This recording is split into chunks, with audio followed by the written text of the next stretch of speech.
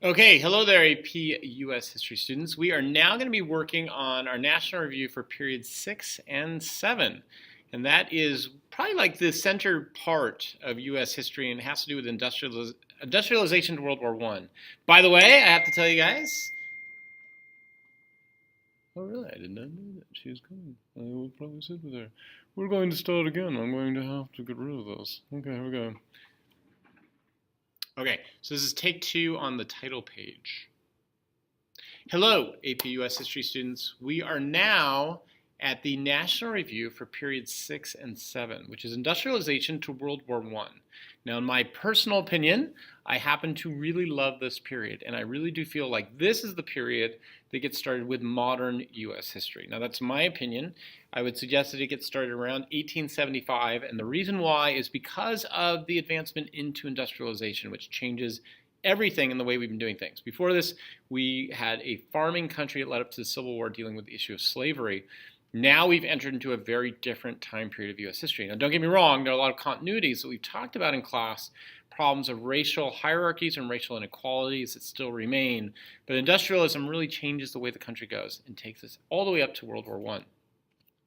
So some of the key concepts, remember we talked about this in class. Again, it's not important to me that you memorize the key concepts, but I want you to have them in the back of your head and think, okay, this is what they could be asking me on the AP exam. Okay, so within this period, key concepts that are going to be important. Technological advances that lead to large-scale production methods and opening up of new markets around the world.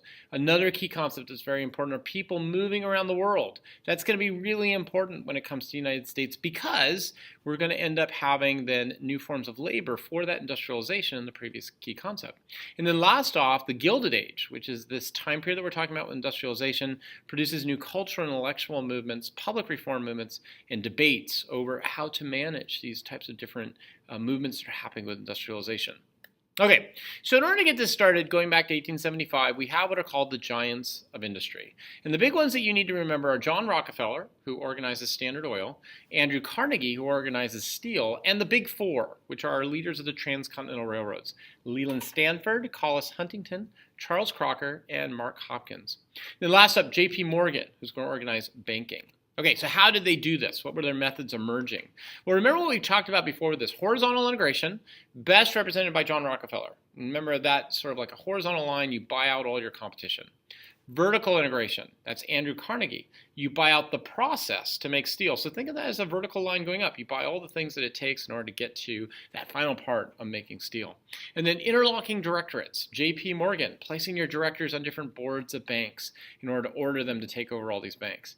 Now those are sort of the efficiency management systems that we can say, okay, let's have a debate over whether or not that really helps the market.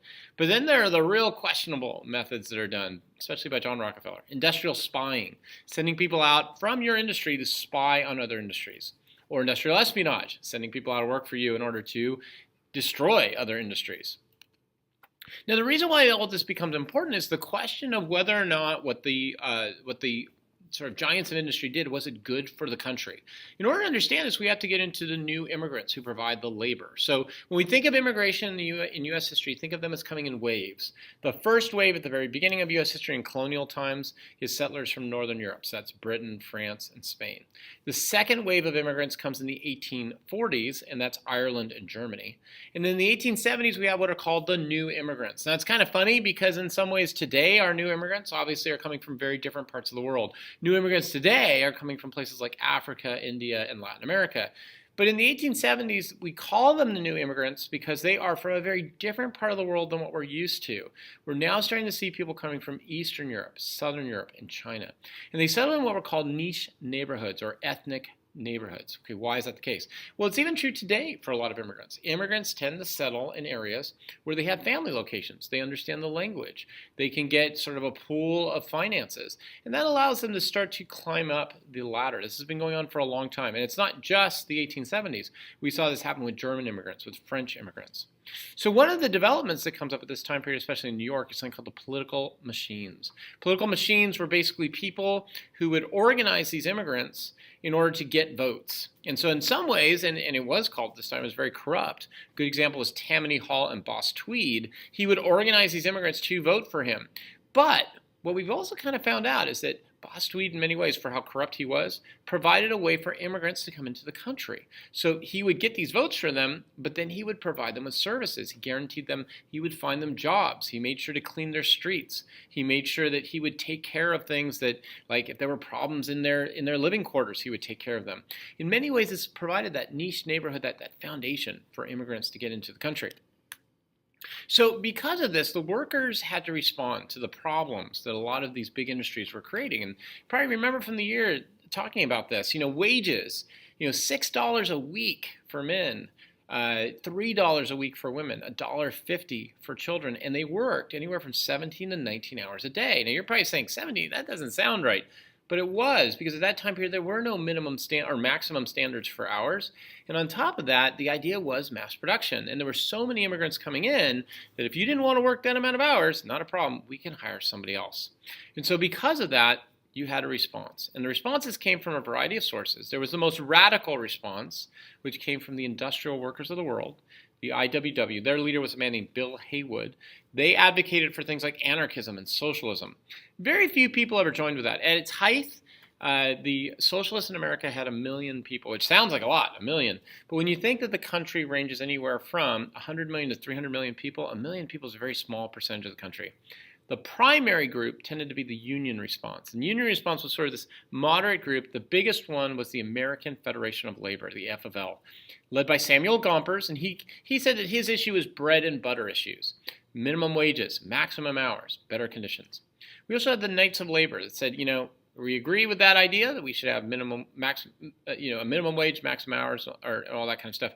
But in order to win, in order to make sure we win on this, we have to integrate our workers. We cannot anymore separate out workers by skill or by race. And another example is the Molly Maguires. They were a union for women.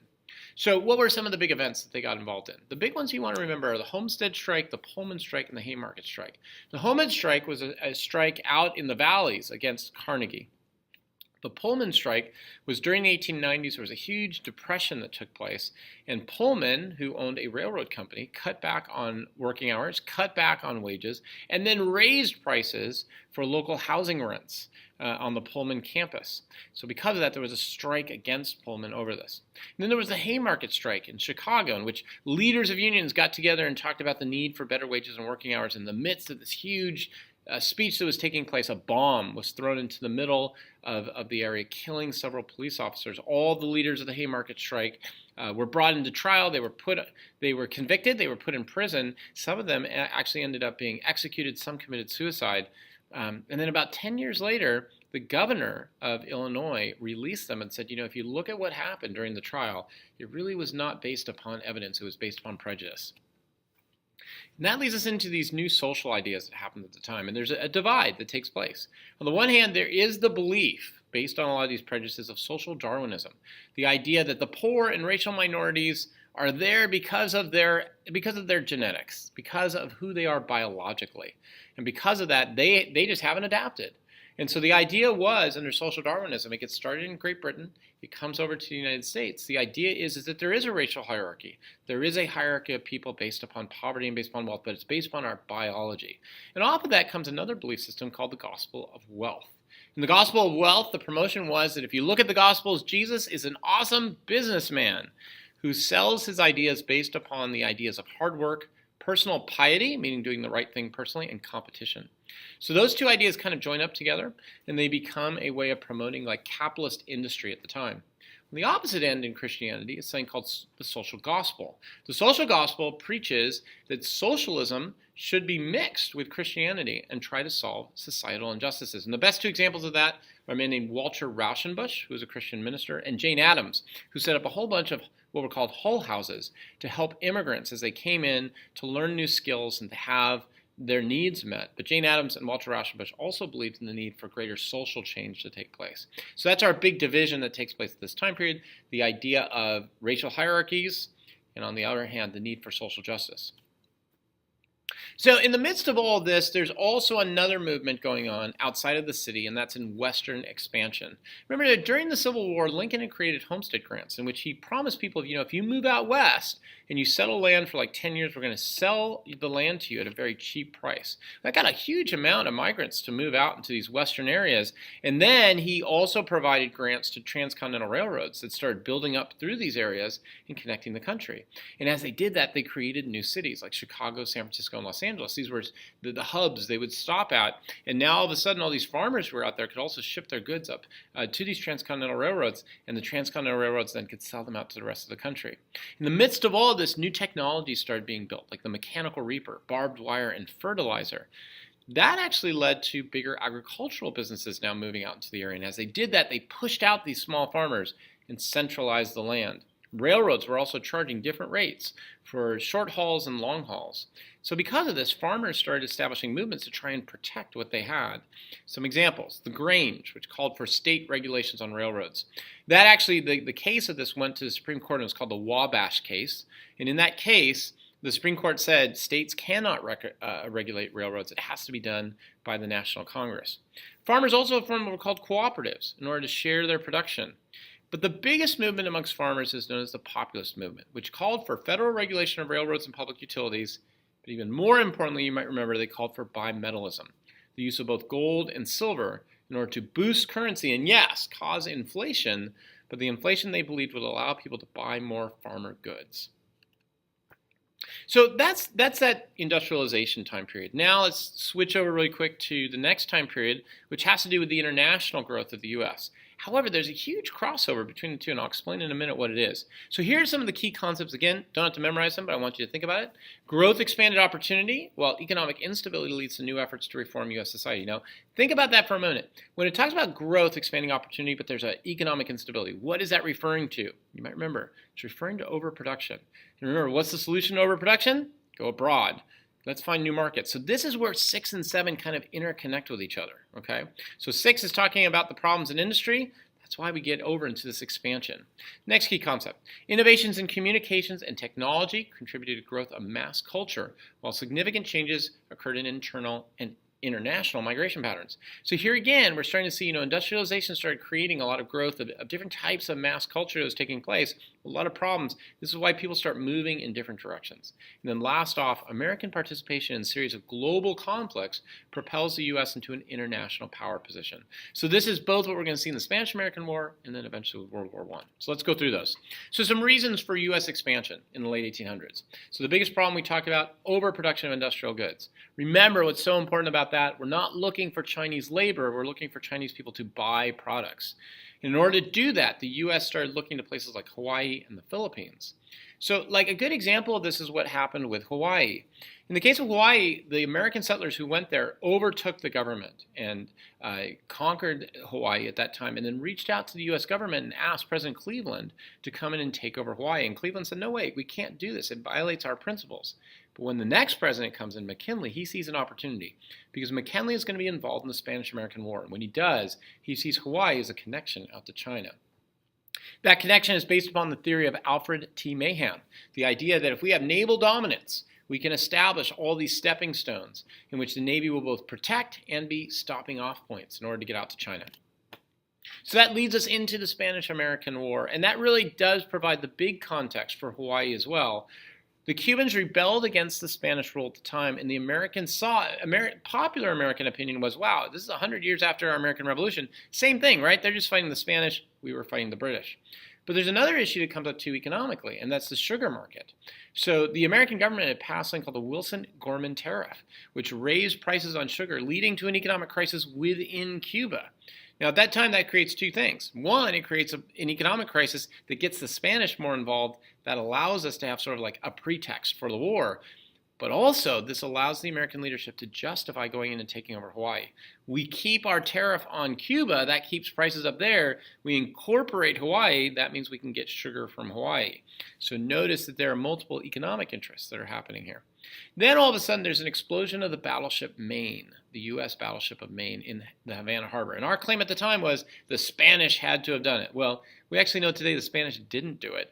But at the time, yellow journalists made such a big deal about this, it really it caused a lot of anger amongst Americans. And then last off, what really got us involved was the Delome letter.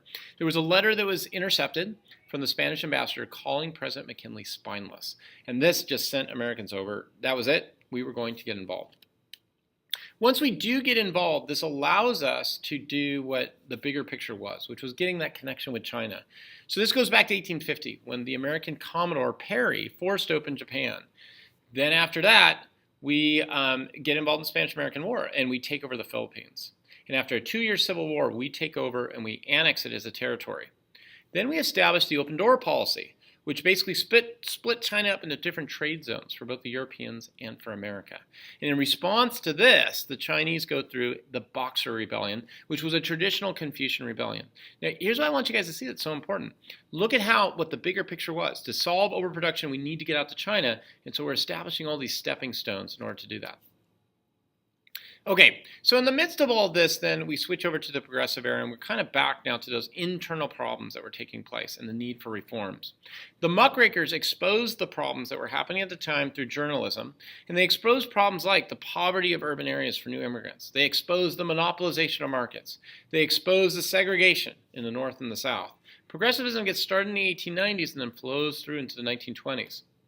And our two big progressive presidents we want to remember are Theodore Roosevelt and Woodrow Wilson. Theodore Roosevelt believes in the 3 C's: conservation, consumer protection, and control of corporations. And so he passes a series of acts to do this. The Meat Inspection Act, which was meant, and the Pure Food and Drug Act, which was meant to give information to consumers. The Hepburn Act, which was meant to regulate railroads. There's your control of corporations. National forests, a good way to provide for conservation. So Woodrow Wilson believes in new freedom. Remember, his idea is break down everything that's big, create more competition. So the Clayton Antitrust Act, okay, which was meant to make sure that we could really go after monopolies and break them down. The Federal Reserve, try to break down big banking monopolies. And then progressive income tax. Okay, as people got more and more wealthy, you would tax the top margins of their wealth, and by doing that, make sure that there's not going to be a centralization of wealth amongst those higher ups. So now we go back to the international problems, and the big one had to do with World War I. Wilson had campaigned in 1916, was not going to enter into World War I. But the big thing that changes that is German U-boat technology. So the Germans had adopted what was sort of like primitive submarines. U-boats were boats that would just float along the surface of the water. And at first, they only attacked Navy boats, but eventually they started to attack civilian luxury liners. Good example of that is the Lusitania. They attacked the Lusitania. There was about 100 Americans who were killed on that ship, and that became like one of the rallying cries that we should get involved within World War I. But it's not really the final thing that does it. What really got us involved was a note that was intercepted called the Zimmermann Note. The British intercepted a note from the German ambassador Zimmermann to Mexico promising if we get involved, if Mexico got involved within the war and stopped the U.S. from getting involved, they would get all the lands back that they lost during the Mexican-American War. This triggered the U.S. involvement, and because it was such a huge involvement of U.S. troops, and we hadn't fought for 2 years like the rest of the Europeans, it really led into us being able to win. So that at the end of the war, President Wilson established something called the 14 points. And the overall idea of the 14 points, you don't have to know all 14, but you do need to know 4. And the big 4 are the following: international diplomacy, competitive markets, and reduction of arms productions. And the way that they lay out in the 4 is this. We reduce the number of weapons created. There's going to be freedom of the seas. So this is an attack on German U-boats. And then self-determination for nations, so we don't have imperialism amongst Europeans. However, this was really just for Southern and Eastern Europe. That's important when we think of the Vietnam War. And then last off, the League of Nations, which was a notion of collective security, countries coming together and stopping any country from attempting to get outside of that and then start up a war. So what are the takeaways for this? There's a lot of material in here, right? The big takeaways are the following. First of all, industrialization led to new uses of energy based upon coal and new sources of labor from Southern Europe, Eastern Europe, and China. That leads into industrial leaders reorganizing markets, leading to efficiency and workers' movements. But remember, it also causes problems like overproduction. And that leads to the United States becoming more involved in global affairs for new markets and to stabilize military conflicts. So a lot of information for you to go over this week. But if we get through this information, you're really going to be ready for the AP test because it's such a huge crux of what we're looking at. So I will see you guys in class. Happy studying. We're getting close to the AP test, also close to spring break. See you soon. Bye.